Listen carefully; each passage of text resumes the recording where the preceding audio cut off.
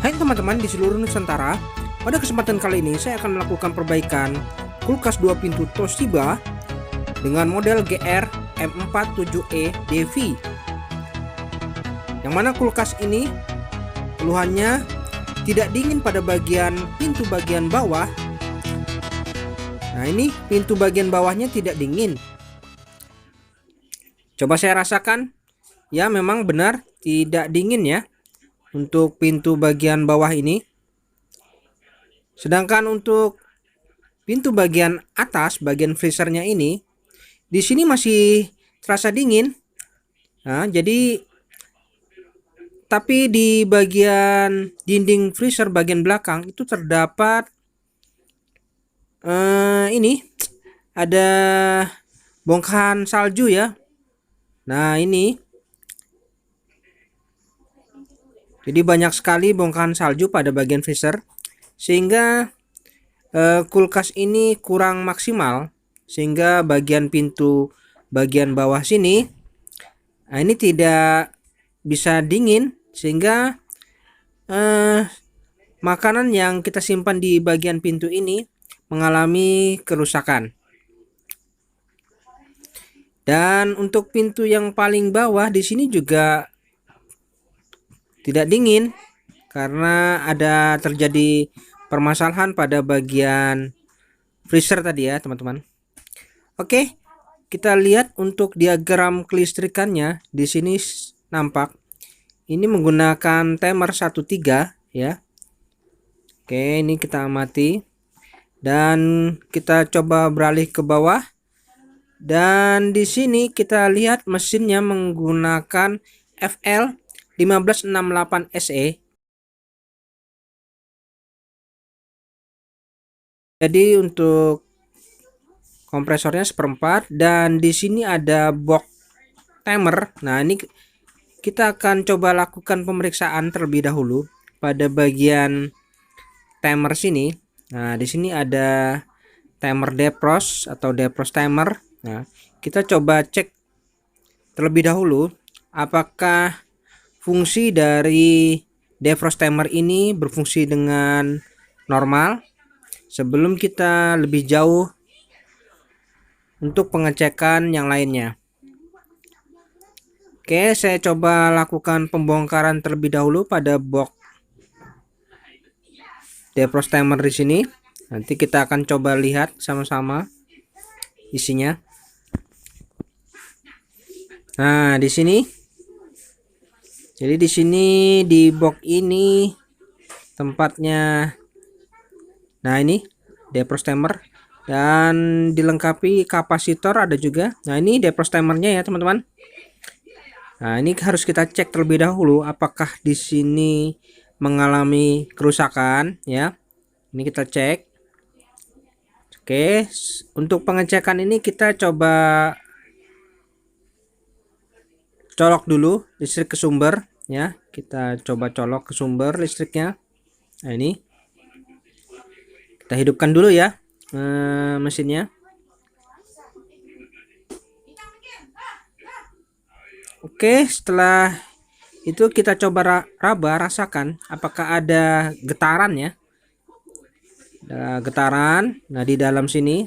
Tapi untuk lebih jelasnya coba kita intip langsung, kita buka dulu. Nah, ini saya lepas soketnya dan kita coba buka ya. Kita mau lihat apakah timer ini bekerja.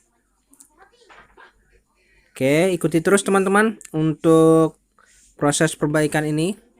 Nah, di sini ada beberapa skrup yang harus kita lepas terlebih dahulu. Ini kita ingin melihat apakah timer ini benar-benar bekerja atau tidak.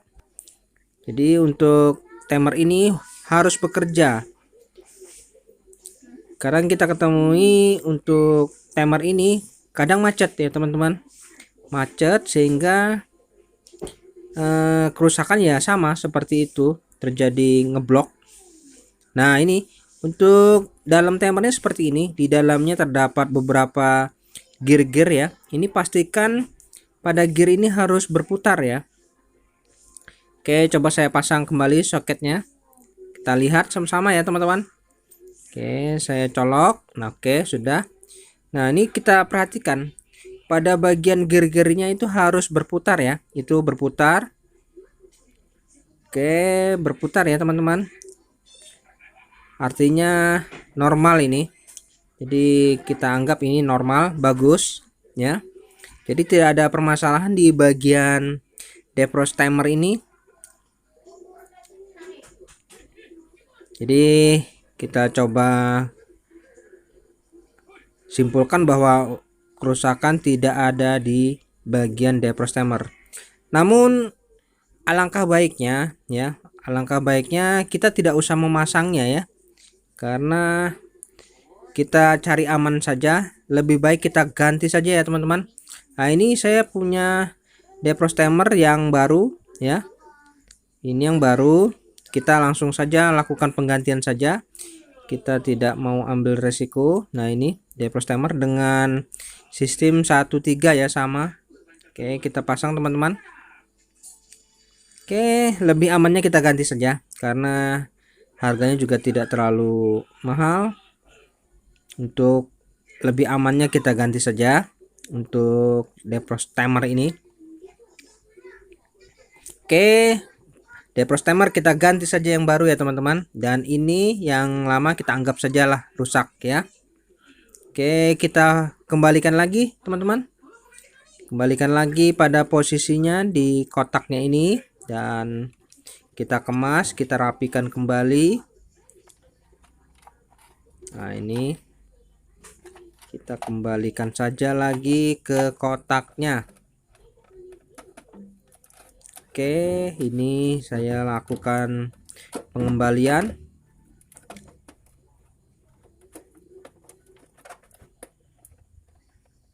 Ini.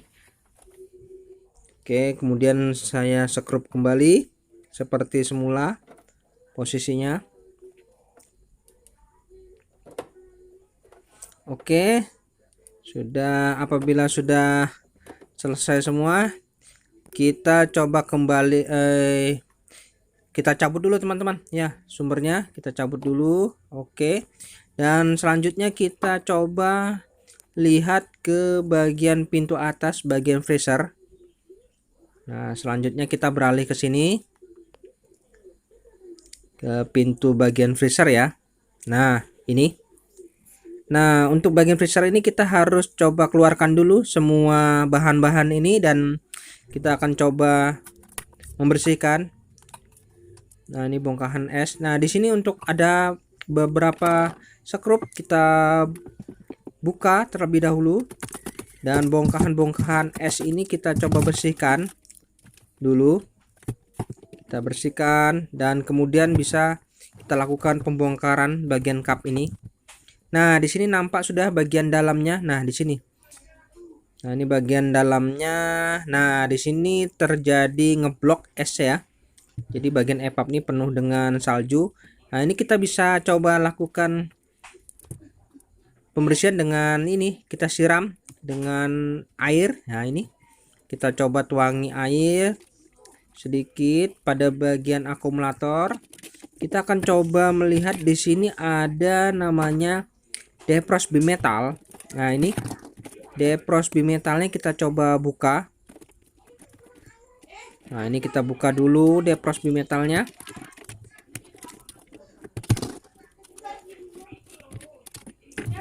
Oke, ini. Nah, ini namanya defrost bimetal ya. Ini kita potongnya biar lebih mudah. Nah, ini.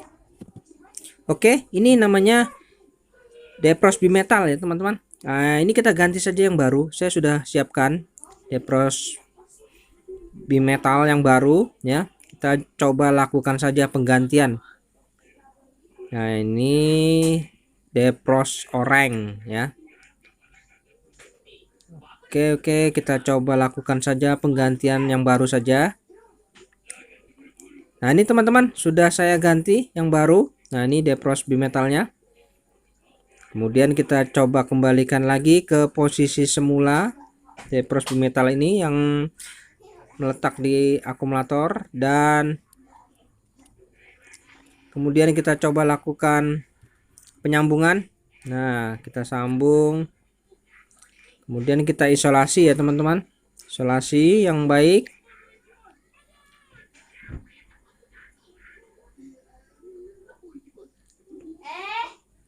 Oke, jadi kerusakan block icing pada freezer itu karena ada komponen ini antara timer, defrost dan defrost bimetal itu mengalami kerusakan. Jadi alangkah baiknya kita ganti saja keduanya. Oke, sudah selesai kita melakukan penggantian, dan selanjutnya pastikan ini fan motor normal. Kemudian kita bisa lakukan pembersihan pada sebagian SS yang menggumpal ini, kita bisa coba lakukan pembersihan. Oke, sudah lumayan bersih, kita coba lakukan penutupan saja deh. Oke, kita lakukan penutupan saja kap ini, dan jangan lupa skrup pada kap ini kita harus kembalikan. Oke, segala aksesoris juga ini kita kembalikan semua. Dan jadi untuk perbaikan bagian atas sudah selesai. Oke, selanjutnya kita coba lakukan tes running ya. Kita colokkan ke sumber dan pastikan ini mesin kompresornya bekerja ya teman-teman. Kita coba raba. Oke, mesin kompresor bekerja sudah, artinya ini sudah melakukan proses pendinginan. Dan pastikan lampu-lampu pada ini pintu bagian bawah bekerja. Dan untuk bagian freezer pastikan hawa angin pada fan bekerja. Oke, semuanya sepertinya normal. Kita amati ya. Oke, sudah normal semua, dan pastikan kita raba bagian dinding-dindingnya nih terasa hangat. Dinding kanan dan kiri juga kita rasakan. Oke, kayaknya seperti normal sudah. Dan apabila sudah pengecekan tersebut, kita coba pastikan lagi dalam beberapa hari kita lakukan pengecekan ulang. Baik teman-teman, setelah 5 hari kemudian saya coba lakukan pengecekan.